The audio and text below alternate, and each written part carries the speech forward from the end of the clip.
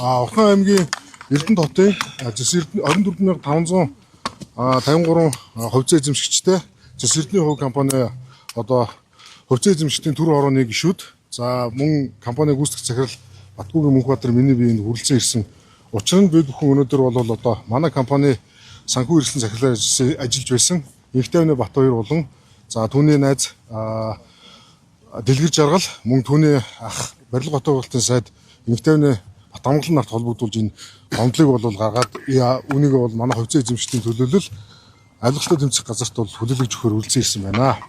За учрын өндөө ирэхлээр бид бүгдийг Зэс Эрдэнэ хувь компаниг 2010 онд манай хувьцаа эзэмшигчд үүсгэн байгуулсан. 2019 онд бол би энэ компани гүйцэтгэх захирлаар ирээд бид ковидын үед бол хүнд хэцүү үеийг даван туулж энэ хөрөнгө оруулалт хийж үйлдвэрээ барьж босгож байгуулсан.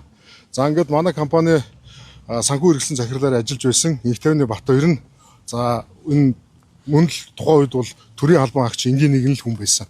За ингээд бид бүхэн хамтраад бол санхүү мөнгийг бол босгоё, ингээд зээлийг олж ирэх гэдэг бол энэ яриаг бол анх энэ Бат амгалан сайдын дүү Бат хоёртай бол бид бүхэн хийсэн. За ингээд Бат хоёр бол бид бүгдийн итгэлийг олж авах замаар төлөөлөн удирдах зүйлийг хурам эхэлж 2020 оны 10 сарын 10-нд энэ бүх одоо үйл ажиллагааг эхлүүлсэн байдаг юм аа.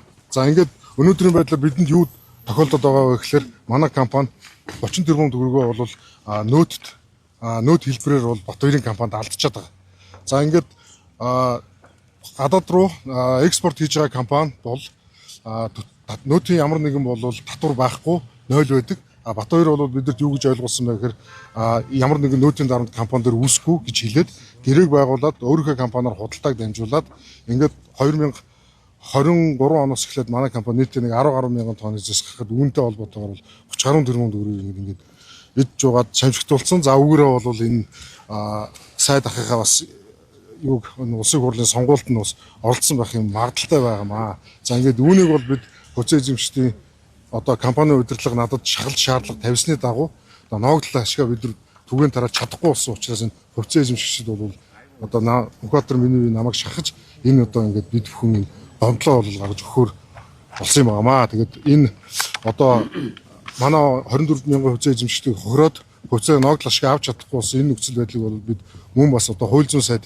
инхвер сайдад бол бид танилцуулахаар бас ирсэн байгаа. Инхвер сайдыг бол бидийг хүлээж авч уулзаж бид бүгд энэ тулгарсан асуудлыг шийдэж өгнө гэж бодож байгаа. За ингээд одоо тухайлбал одоо манай компани дээр энэ санхүүгийн схемийг ашиглахдаа энэ оюу толгой дээр яг хийсэн гэрээ энэ одоо төрийн байгууллагт ажилладаг за одоо энэ сангийн яамд ажилладаг энэ хүмүүсээр бол одоо бага бүрдүүлж оюу толгойн схемээр бол санхүүгийн схемээр бол ажилласан нь бол бид нар саяхан мэдсэн. За ингээд энэ гэрээнүүдийг цуслуулахаар бол бид нар Сүхбаатар дүүргийн шүүгт хандсан байгаа.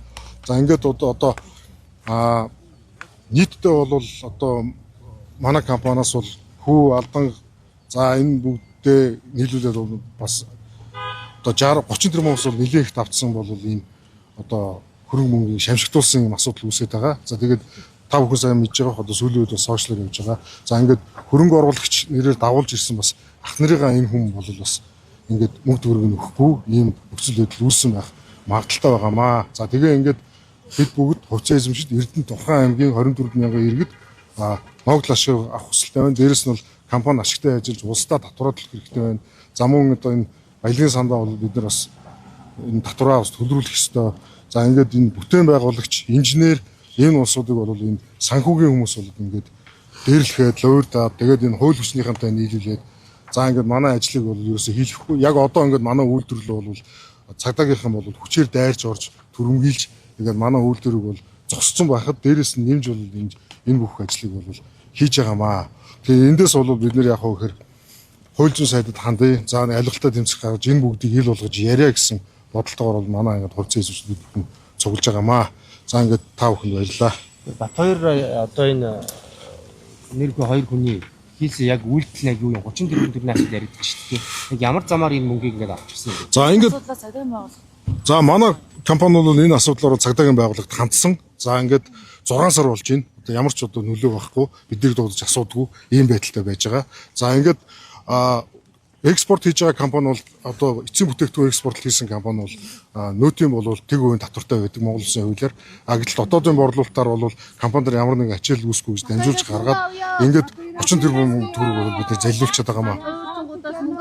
Тодорхойлохгүй үйлдэлийн та тодорхойлохгүй. Яг ямар юу болоод яаж авсан. Бидний итгэлийг олж аваад за манай чимэг хөөж байгаараа.